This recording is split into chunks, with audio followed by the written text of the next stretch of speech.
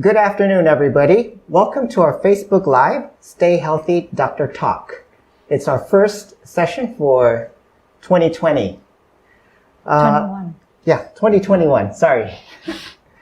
Well, today we have a very relevant topic that I think is going to be quite important for all of us, whether we are here in Thailand or anywhere else in the world, who we are and what we're doing. I think this is a very relevant topic.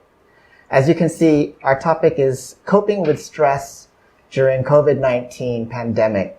We're very happy to have with us here Dr. Jinda Udompanyawit, who is a family physician and therapist here at Bumrungrad International.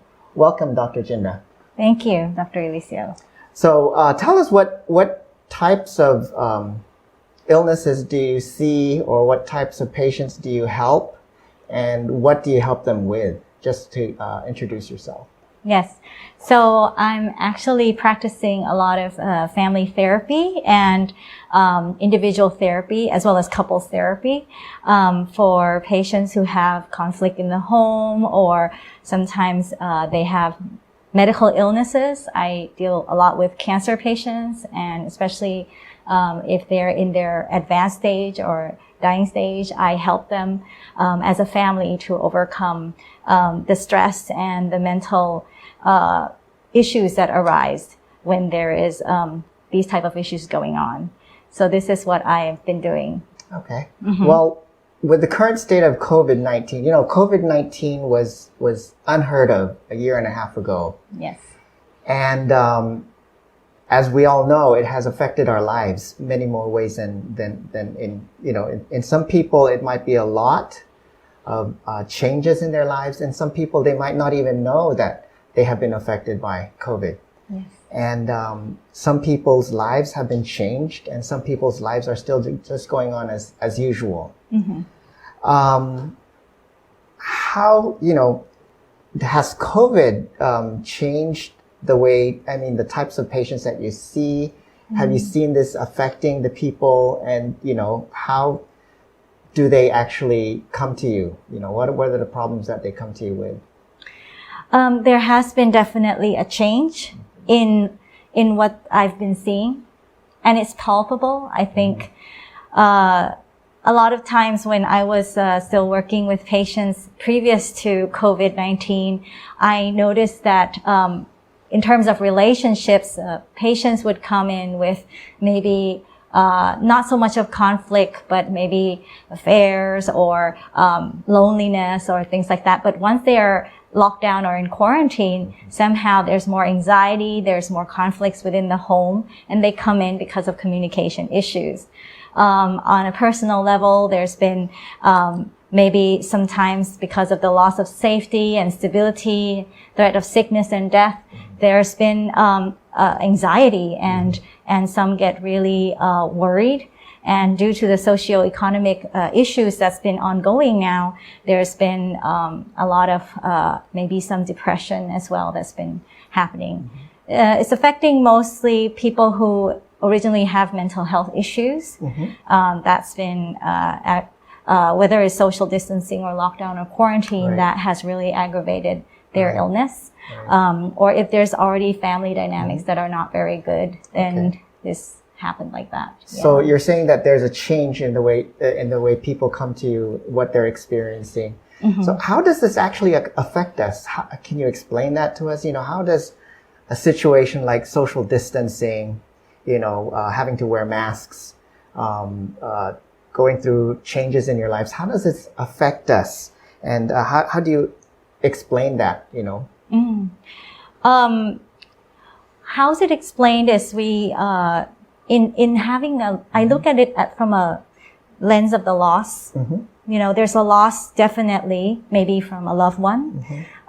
For certain people who are going through illness and then suddenly lose a loved one through COVID. Mm-hmm. That's real threat and danger that suddenly triggers a part of our brain called the amygdala.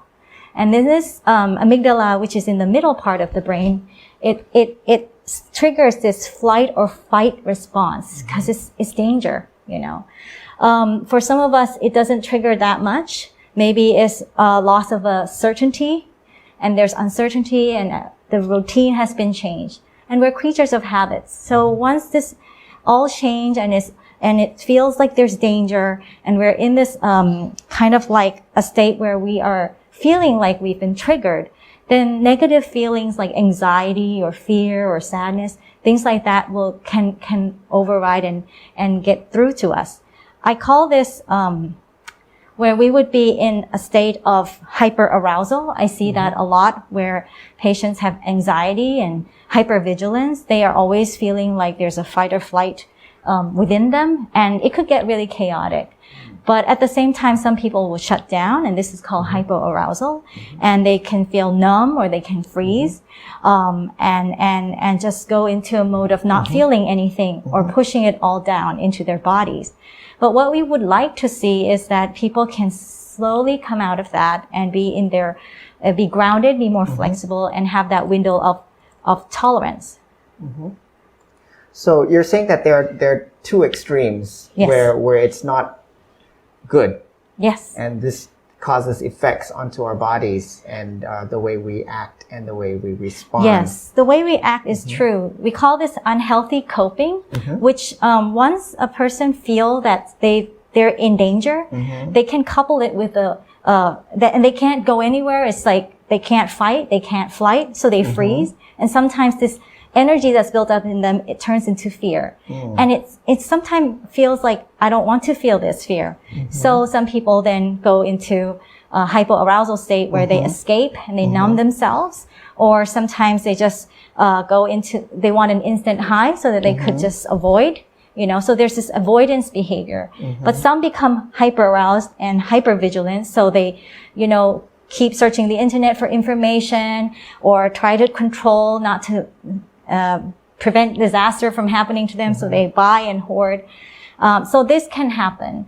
And this is, if it continues to happen on and on, where you don't really address your fear or really address the root of why you're feeling all of this and how come you're so triggered, then it could become an addictive spiral and becomes compounded. And then finally, if we're through times that now we're going through it continuously, because this is a war, and most wars do run in years, as we've seen in the past, where history shows us in this chronic state, it could feel like there's a stuck sense of helplessness. And then this stuck sense of helplessness, we are mostly now concerned that there might be what we call a post-traumatic stress disorder as well. That's very interesting. The way you put it, that COVID-19 is like us experiencing a war. And because of this COVID-19 being part of our lives for a long time, then many of us could start experiencing post-traumatic stress disorder. This is very interesting because the term post-traumatic stress disorder comes from an event, life-changing event, or life-changing events that change you and the way you think and the way you react. You see, this usually, what I know is what war veterans experience, or, you know, people who have experienced severe loss, dramatic changes in their life, and it changes them and it affects them for a long time, and they don't get help. And it really messes up the life. Yes, the study of post-traumatic stress disorder started with war veterans, where they see that sometimes after they've come back from the war, they notice that they have been, they're still having flashbacks about the scenes that happened during the wartime. They're still more prone to certain sounds or certain things that trigger them into the past, and it becomes distressing memories. Sometimes they have nightmares, and they still surround themselves with people talking about what has happened in the past. And this could certainly be something that we could see might be happening with the COVID-19 war that we're fighting with the virus, where lots of things has happened, and there's probably memories that become distressing. Of course, PTSD now, we are finding that even some people have these symptoms not because of war, but certain things that happen in their lives, maybe loss of a loved ones and things like that, but also minor things as well. It depends on the meaning making that it happens for that person. or if that person is vulnerable, like children, or have mental health issues. And we see that in the times that has happened in history, this is something very interesting I see, because as a family therapist, I also think in systems. And we see that people have passed through phase of war, and then alternate with phase of the era of awakening. I could see that there's like maybe a 20-year gap in between, and then they go back into this cycle of maybe another war, a depression, and then we also had gone through a phase of awakening where there's a lot of new technology that has come up. And so the generation that has passed through this awakening now goes through now this war, and we are wondering that if the trauma can be at least resolved, or the fear could be resolved, we can see that the next time the awakening come, it might be very good. But sometimes we can see that people who have gone through war before, like World War II, generations that are like baby boomers or before that, you can see some behaviors of like they're still afraid of the not having enough to eat, or need to hoard things or keep things, can't throw away things. And the generation after that are like, why is my grandpa like this? Why is he not why can't he just throw things away? And that the new generation doesn't understand. So I see that both in a collective level and also a family level. And I wonder how this COVID war is going to resolve, because we are now having to wear masks all the time. And I wonder if later on,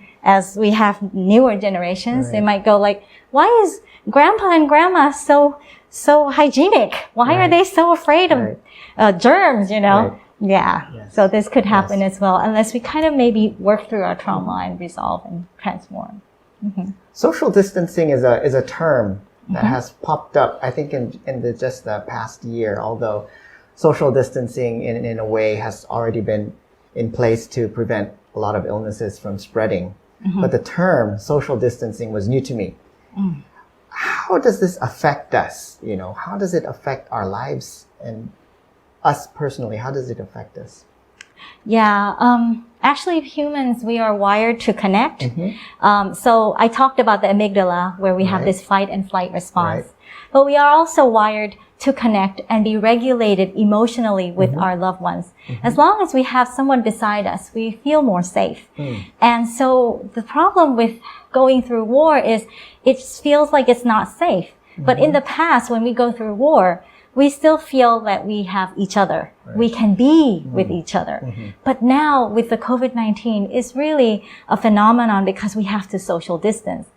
Luckily, we have the internet and technology to still bond us together in some way, but still physical touch and closeness is still important. And especially if people are stuck with living alone, or people are stuck in a family that are not having healthy relationships, this could be quite traumatic as well.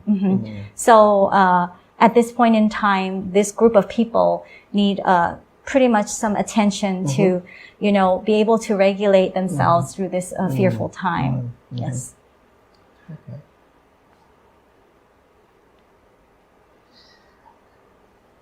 Now, how do we actually cope with this? Because it's going to be with us for a long time. Social distancing, lockdown, it will come and go. In some countries, they're in full lockdown. We are starting to, here in Thailand, are starting to open up. Schools are going to be starting tomorrow, on Monday. Yes. Traffic's probably going to be back to normal already. But it's going to be part of our lives. And so how do we actually deal with the stress of uncertainty, dealing with changes in our lives, changes when we lose a loved one because of COVID, and how can we strengthen ourselves to deal with this? Actually, the good news is people are mostly resilient, and whatever that's happened, whatever stress that has occurred, although it could be shocking, people do get better on their own. Even I see a sense that there's a shift after the initial shock of the trauma. People do have to get their bearings again, like get themselves oriented. What am I going to do? And then they start to have these new terms like the new normal, things like that. And that creates such a kind of like another sense of stability that, okay, we're going to go into this kind of routine. And then now everyone's used to wearing masks and, rubbing in alcohol and things like that. So we see that most will get better on their own. Of course, we see that sometimes people will have, from the very beginning, a curve that goes down, like how they react and their behavior, as I've explained previously. But if they've reached that new normal where they feel like they could survive, they can adapt, then it goes up to maybe they could feel that they can recover and there'll be growth. And in this, I call it resilience, where there's flexibility during difficult times. And this is a time when there was fear and you were freezing in an immobilized state. And suddenly you start to reframe that. You say, hey, I'm not defeated. There's opportunity here. We can fight. We can, we're not alone here. You know, we can be a role model. We can grow through this. So the key point here, and this is a big concept before I go into the what we do, is that we, as a community, move through this through compassionate communication and positivity and compassion. We allow each other to cope, maybe unhealthily at first, because we understand that in being resilient, sometimes you might feel all those negativity, but you'll pull through. You'll help each other pull through. So allowing each other to go through that in a safe space, and then slowly finding ways to calm down, be stable, and then you can find ways. So this is where I can show you here in this diagram, where at first the red arrow is like the trauma is so big and you don't have resources to cope with it. So you go into this unhealthy behavior for a while. But then after a while, you start to find things and they become more equal, where you have enough resources within you to be as big as the trauma and finally bigger than the trauma. And this is how we get through. So how do we actually start? So as I've said, the first, we call this psychological first aid, where the first thing we have to do is the basic. Is create that sense of safety. Yes, we're not out of the woods as much yet, but the vaccine does give us hope. So at first, we just have to create that sense of safety and stability. And the first thing is, as I've said, is the new normal, the powerful routines that we can do. Either we go into lockdown or quarantine.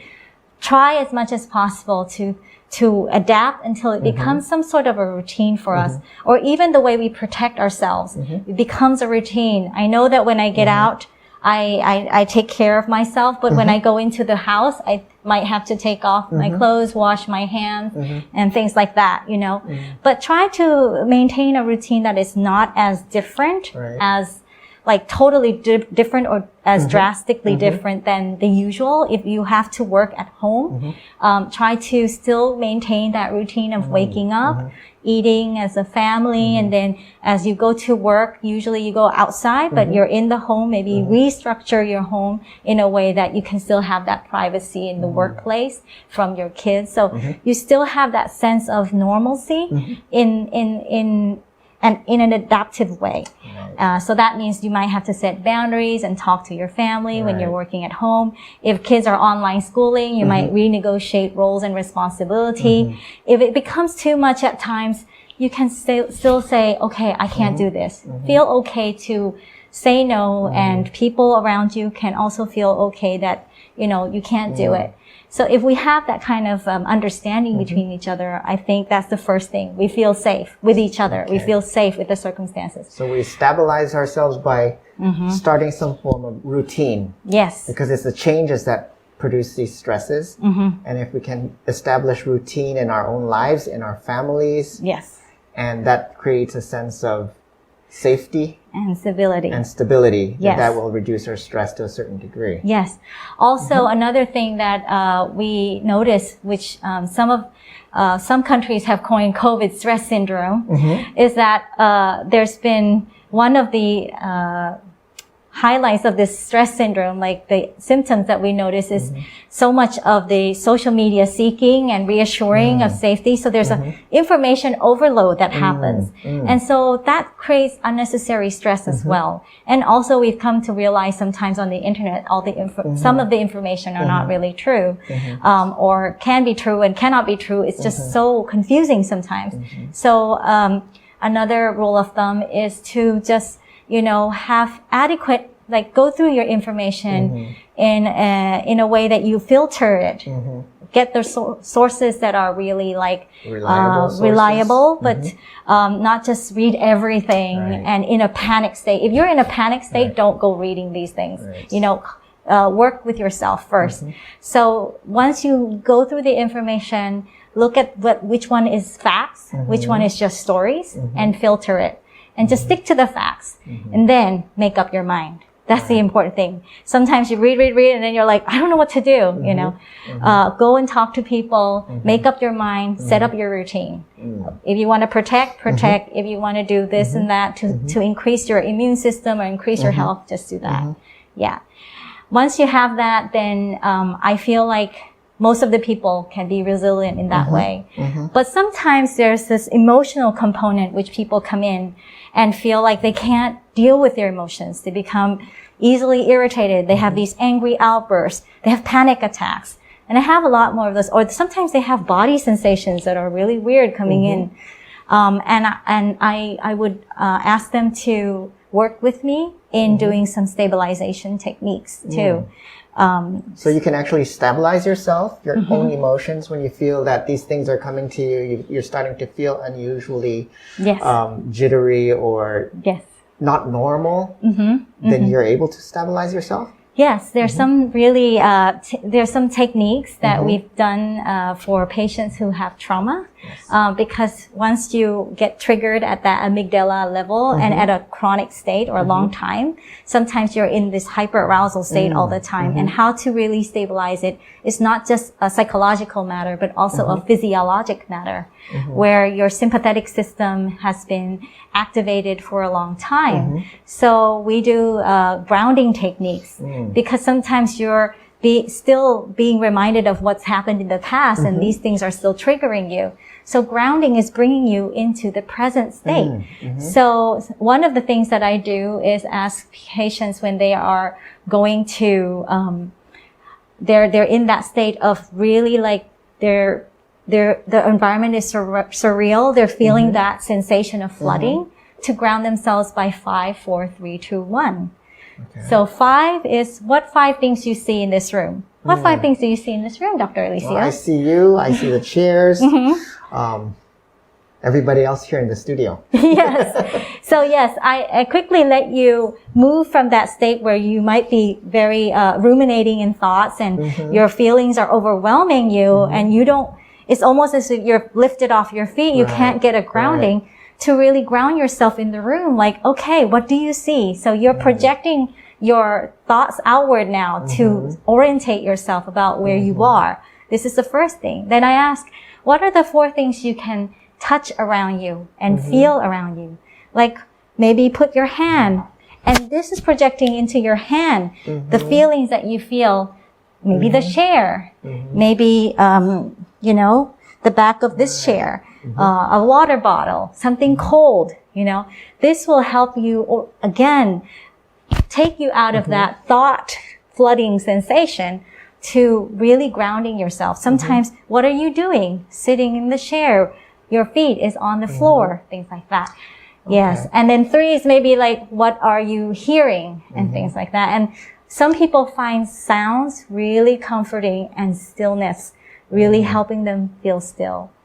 Then after their grounding, which is very quick, then I let them do certain techniques of breathing where in order to slow down the sympathetic, I help them activate the parasympathetic system.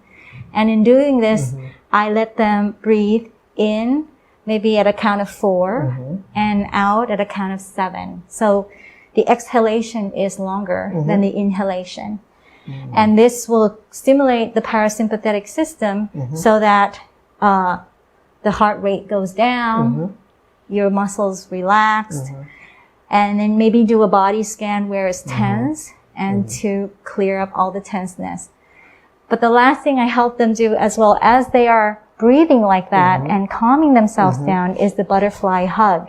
And this is a technique that we borrow from the EMDR, School of Treating Trauma, where you tap bilaterally like this.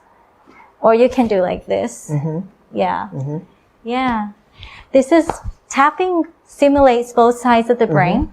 And as you breathe, it's very, very relaxing. Yeah. Yeah. So these are the 3 things that I initially do, advise my patients to stabilize themselves. And I've gotten good reports that it does take them out of that hypervigilant state for sure. And then after a while, I let them go through an exercise that maybe think of a safe place, an inner safe place where you can connect to and feel really calm. And it's amazing. Some people connect to nature, like a forest, the sea, or their rooms. A lot of people connect to their rooms. They would feel really safe in their rooms. So sometime in that feeling of not feeling safe, we connect to something safe inside of us and then continue to do that butterfly. So that really helps. Yes. Wow, so those are very interesting techniques. Yes. And then when patients are now stabilized, then they could achieve a state of mind where they can be having clarity, maybe clarity of what they want to do, the priorities they want to set, you know, because as long as we're in that mental state where we're in this fight or flight or freeze mode and we're still hyper aroused, we cannot be clear about what to do, and it just keeps on in that cycle. But once we have the clarity, we might know that, okay, we have to release control, you know. Then I help them practice gratitude, self-compassion, and then joy. And finally, they might be able to come up with creative ways or creativity in order to work out their routines again, or what activities to do with the family, how to bring joy in life again, even though the situation is like this. You know, how to be creative in the socio-economic situation with their employees who are, you know, wanting to, who are panicking, for example. Yeah. Right. Yes. So there are techniques when you feel yourself in a panic, when you feel that things are going out of control, and you know, when people feel that their world is spinning. Yes. You can use these simple techniques. Does it have to be step by step? No, actually. Or all of them, or one technique or another? I ask them to start to get used to it, practice it on a daily basis, because it does take time for the neuron networks in their brain to connect to the sense of calmness that you practice every day. And once you're able to connect more and more to your inner safe place, that neural network is activated more often. It becomes quick to access. And when you are really flooding, like you're having a fight with a friend, or you heard the news and you're shocked, you know, you can remember to access this in a very quick way. And when you do that, it's not step by step, it's all in one. You ground yourself, you touch, you breathe, you do butterfly. It's so quick. And it's up to that person, whatever works. Because, so that's why you need to explore and practice so you know what really works. And there's more techniques than this. And so if patients come back to me and say, this still doesn't really work, I help them with other things. I also help them do mind-body exercises because, you know, a lot of these sensations come through your body. So as long as you can be oriented to the body. And this is the thing, in this generation, a lot of people are more oriented to the thoughts. They're just all fixated in the thought. They forgot about their body. And then when their body activates, they don't even know. And then they get scared. So I help them to realize that this is happening in their body and that they could actually help their body calm down. It's fine. It's not the end of the world feeling that they feel. They can make it better. And some mind-body exercises are like yoga, Tai Chi. Qigong is really good. You know, you awake your body sensations through tapping like this. These actually really are scientifically proven, actually, although they're ancient traditions. Yes. So when we start to feel that we lose control, we Yes. can actually take control back. Mm-hmm. So how do we take, we have to take action, correct? Yes. Yeah. So as I was mentioning, that's the stabilization techniques, but actually on the long term, you have to build your resources. And the building of resources comes through self-care. So, I've noticed that the people who come to see me, especially, our age, like 20s to 40s, are very busy and working really hard. So they're kind of like running at 100 miles an hour already. And then COVID comes crashing down and everything kind of stops. And then they're bewildered. They're like, what's going on, you know? And so they become disoriented a lot. And I would help them to realize that, what's been happening, like reflect in the past. And they can see that they haven't had much of self-care. It's been chaotic. And at this point in time, because of COVID, some people are laid off. And then the people who are remaining, they have to do more than they once did too. Yes. It could lead to burnout, They're also feeling guilty too. So both physical self-care as well as mental self-care is so important. So I work with people to go through their schedules, as I've said before, if their routines are able to are healthy enough as well. Do they get enough rest? Do they get enough of the good food and vegetables and proteins and things so that they balance their inflammation process within their body and so it doesn't cause excess stress on their body, or the exercise, the movements that help them to feel in touch with their bodies as well as give them that energy to go through the day, even sunlight. Still, you have social distancing, but you can still go out if you are careful to get that needed light for yourselves and things like that. The same is with mental self-care, body, mind exercises, as I've said, as well as are you in touch with your feelings? This is a main part of my work too, is helping people to be in touch not just with their bodies, but with their feelings, because they've gone through a lot of feelings which they don't know what these feelings are. They don't know how to process these feelings. And they don't know how to process it. And one of the things that really help is just naming it, naming the feelings. So I have this chart for them and they can go through the vocabularies that they might never ever learned in their families about how they feel. You're sad, you're angry, but what kind of sad? Are you depressed? Are you lonely? Are you devastated? Are you feeling despair or defeat? Are you helpless? Just by naming it will help them feel that sense of, aha, I know now. And there's a relief that comes with that. And you don't get sucked into it too. Somehow that is how the mind works. You don't get sucked in it once you know what you're dealing with. It's like as if you see the predator that's threatening you and you know what to do now. But before that, you don't know what's threatening you, so you don't know what to do and you're in the sense of loss and panic. So that happens to a lot of my patients once they are able to identify their feelings. Then I help them maybe suggest to them to journal it or to talk about it with their loved ones. Of course, we're not going to let them dwell on these feelings. That's different. If you dwell on it too much, if you keep repeating and repeating and going through the trauma like that, that's not helpful. But processing is helping you discover what is it you need? What is it you want? How can you request it? Letting the feelings tell you what you need and then letting that feeling go. You felt it. Thank it. Okay, thank you, anger. You're here to let me know that someone hurt me. And now I know what's the problem. Now I have to deal with the problem. But I don't have to use anger for anything else. I can let you go now. So feeling is like an alarm system. Just let it tell you things and not be afraid of it. And then thank it and let it go. So this is the mental self-care that I talk to my patients about. And of course, then out of yourself, then you connect with loved ones. this is very funny. After COVID happened, one of the things that's really great is the virtual communities that happen all over the world. Even my daughter was connected to a lot of that. They sing together, they play games together.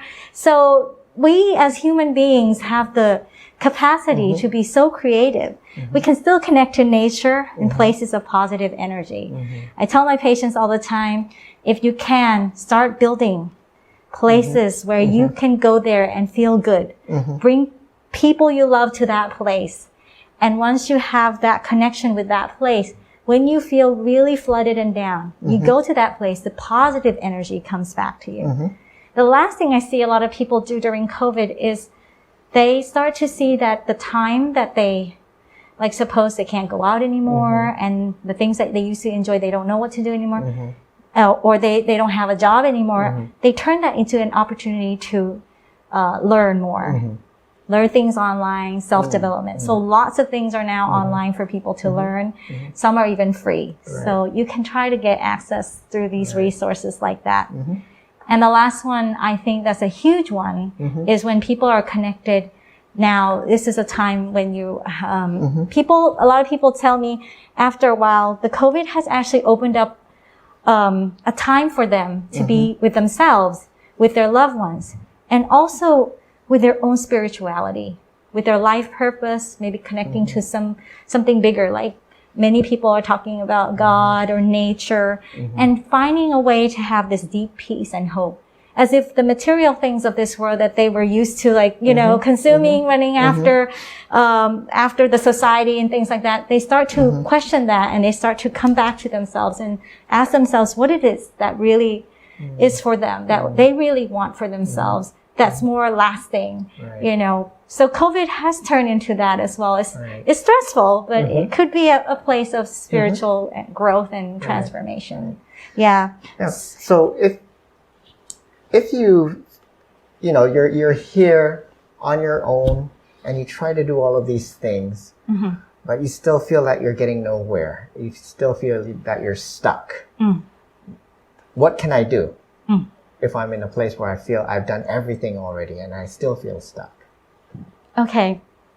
I want to show you something that when patients, and even myself, when we start to do many things that I've told you, one of the key points that you'll learn and hopefully discover is that you'll have to select the one that really matches you and slowly create this routine that is yours. So if you're still finding yourself in a state of, this is good, that is good, I'll just do more of this, more of that. People say to do this, people say to do that. And you're all over the place trying to find the thing that's good for you. Then that might feel stuck as well. But if you can take it one day at a time, put up something like, okay, maybe the central part of my life is about rest. Okay, so maybe like this butterfly here that I have up, you have inside of yourself that sense of peace and rest. And of course, on one side, the wing is you warm up to the day. Maybe you have some routines to warm up, whether it's a lot of people use exercise and movements, and then maybe some journaling or devotions, and then maybe to spike themselves up, something to set their goals for the day. And then they go out like a butterfly to this flower, that flower, to this heart, that heart. Connect to people, connect to things that they want to do. But at the end of the day, they wind down and then they rest again. And this is one day at a time approach. But of course, if you feel still very stuck, you know, the other thing that we can still do is to go, if you can't maintain in yourself, then you may have to seek professional help or even help from other people who can help you. And what happens in this help, like the way patients come and see me, is they feel listened to.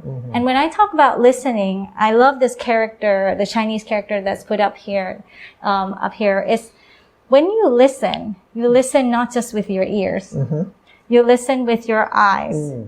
You listen with your heart, and you become one with that other person. as if I don't know why the king is there, but maybe it's because that person is now the center of where you are going to see. And there's a family therapist called Selfcare who talks about this iceberg where you don't just see a person in their behavior. You see deeper down, like their feelings, their perceptions, their expectations, their yearnings, until you reach that point where you can understand the self of that person. And when that person is seen like that, it's so comforting, even through all the circumstances. And one of the things that therapy does is it creates that feeling of being seen, but that person also become aware of what's going on with them. And this connection within the self at a deeper level might reveal the mystery of why you're still stuck. You know, what past trauma is being triggered at this point from what the COVID's happening. Maybe it's not the present day issue at all. Maybe it's something else. Or when I do family therapy, is there a communication issue going on in the relationship? Is there an attachment that is broken? You know, we as a family are related to each other through a bond that's very special, and it's called the attachment bond. And in this bond, couples or mother and daughter, father and son, they would go, and it really matters if they feel they're heard, they're seen, and do they matter to the other person.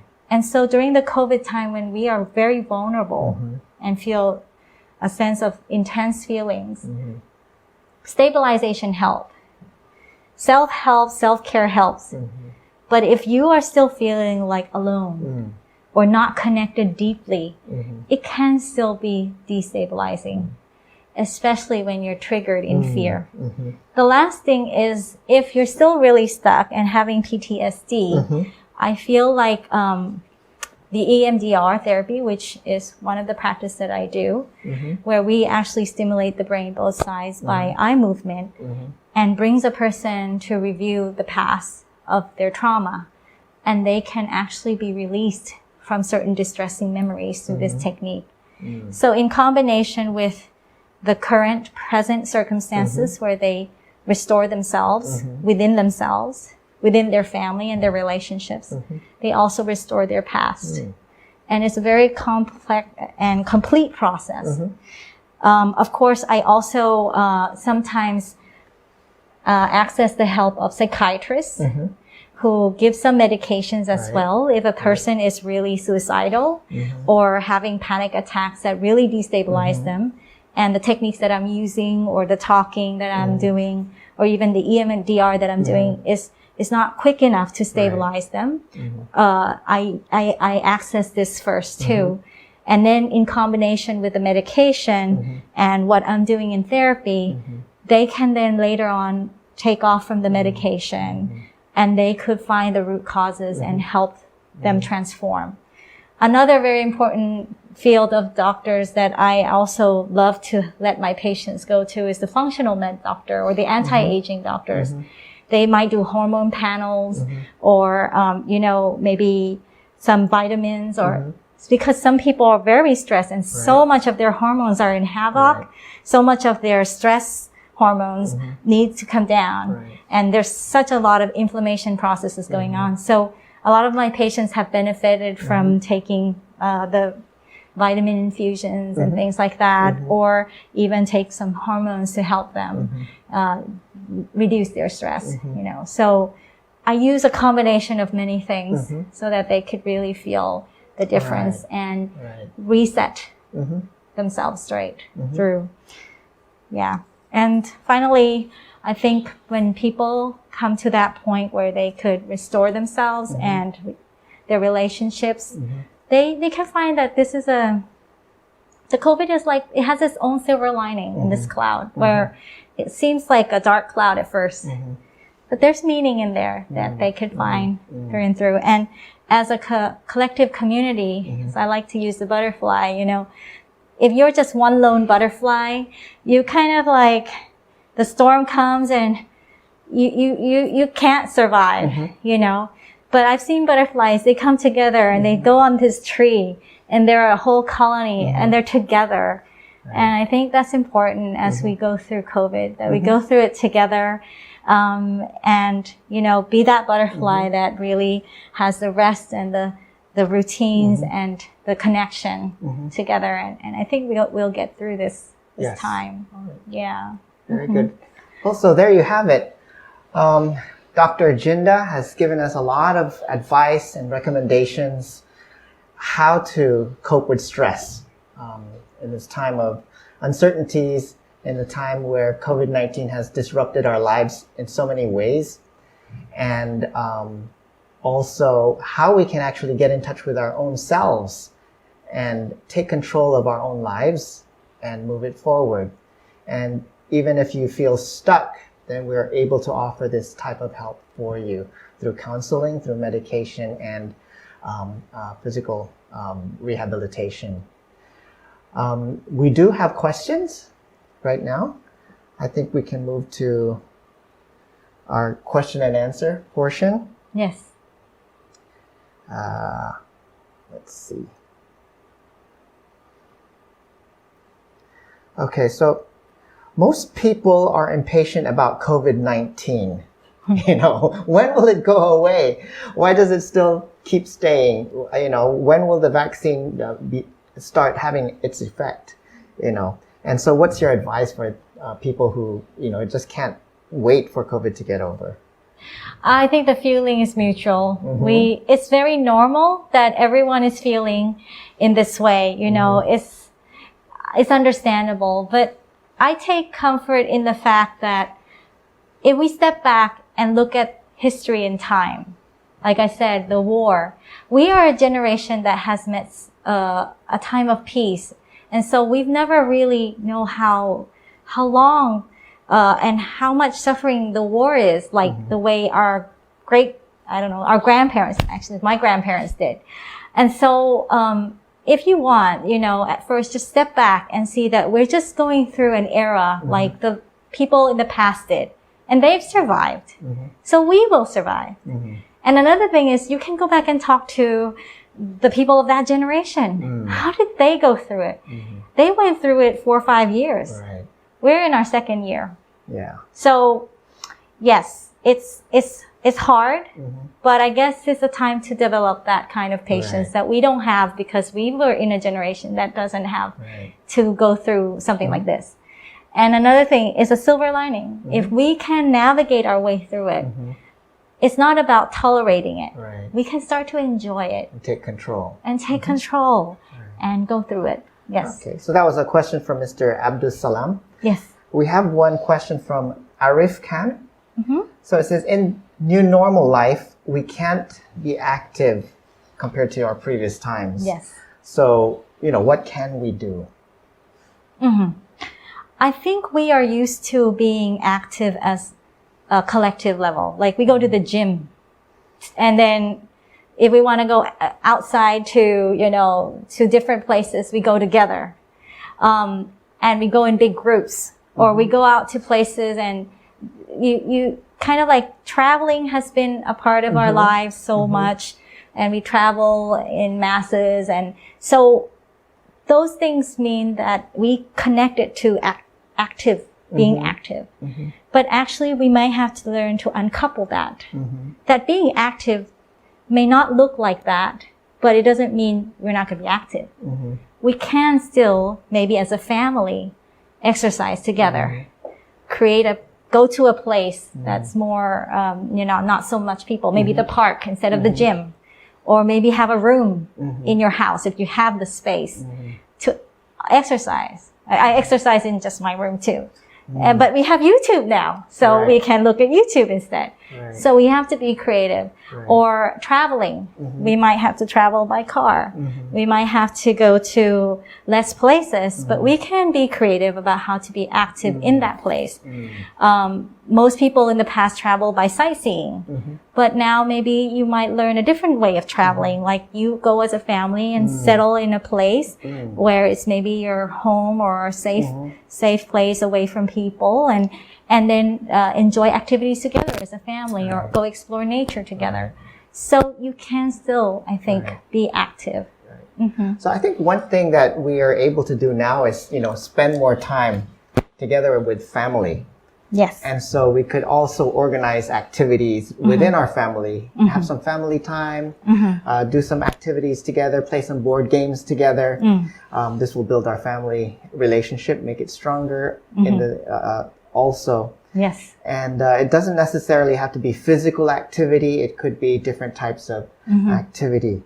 Yeah. So, yeah. Also, I noticed some of my patients also, they, because they have kids, so they interact more with just a few families, like 2-3 families with their kids get together, play soccer together and things like that, because kids still need that physical activity level. There's so much energy still within, and it's not really healthy to keep that. So it's not just within your own family. You can also have it with a couple of families where you talk to each other and you keep each other safe, like you practice the same level of safety, of protection from COVID, and can be trusted to keep each other safe. So then I think we're starting to develop this kind of people with different pockets of community that you can thrive together. Yes. Okay. So I think the question from Ayan Rahman is similar too. It says, how to stay active during the COVID-19 quarantine. Yeah, so there are different ways. You can be physically active, or you could have a community activities where it's permitted. Or online. Now a lot of people are doing things online, and if for some people being online, they find it hard to connect because it's just in front of the screen. Right. Some people might have, like what I do sometimes, I'm like looking at the screen and people are talking. I sometimes also color too. Right. Multitask. It's almost like multitask, but actually I'm building concentration to that very calming way of coloring through as I'm looking. I'm not focused on the coloring. It's just maybe the activity that I'm doing right here so I can stay. Because some people may have this sensation of being in front of the computer and not really connecting with the person. It doesn't feel right. So trying to acclimate yourself towards that, you might have certain activities, or you might hold something like soft, and feel more comforted. So be aware. Maybe there's something that's bothering you as you are trying to get through this activity. Instead of saying to yourself, I'll give up. This doesn't work. Believe in yourself. As humans, we can adjust. We can habituize ourselves in a different way. Okay. Oh, this is a very interesting question. Quite difficult, I think. From Mr. Moshir Rahman. Yeah.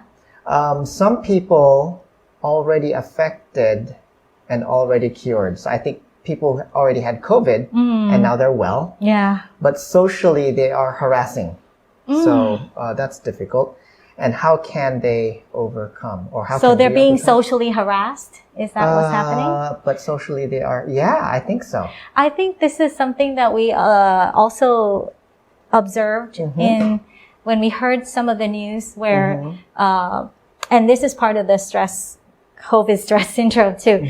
Foreigners, people are afraid of foreigners who might be carriers of the disease.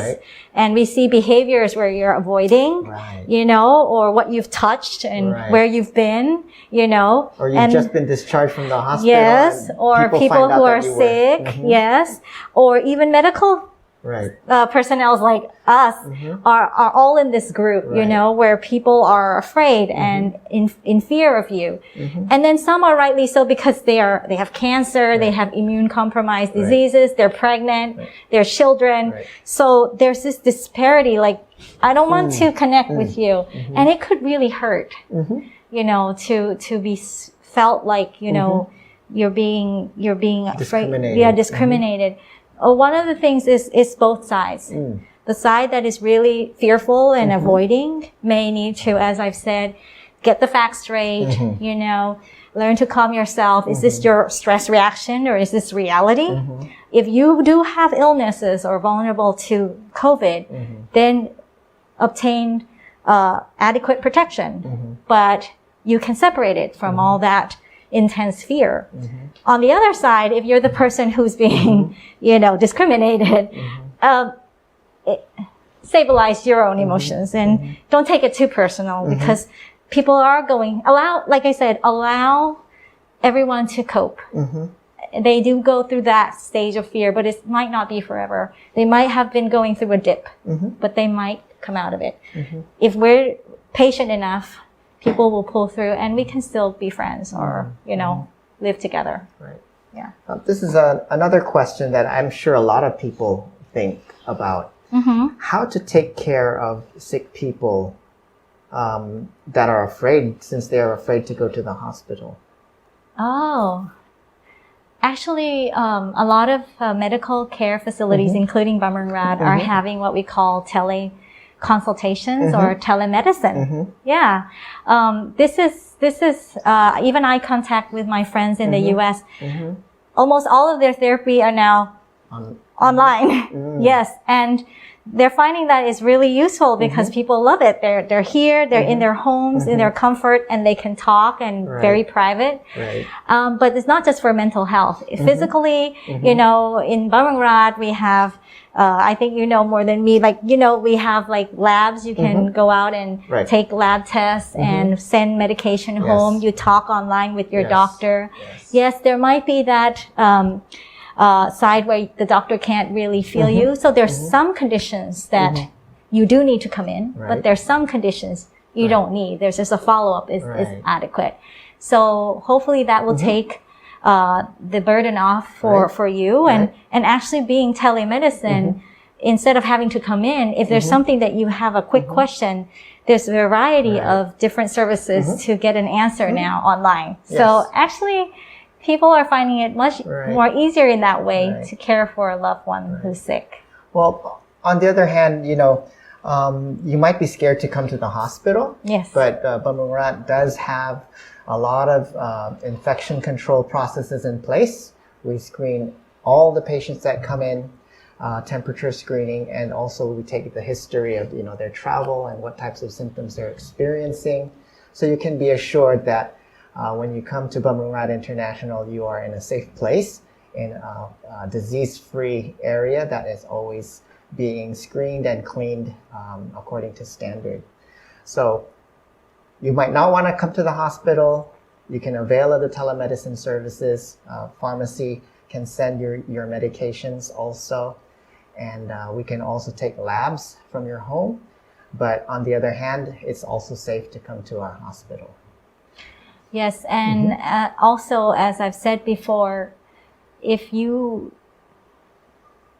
are able to regulate your emotions, then you are clear with what you need to do to protect yourself and develop as a routine.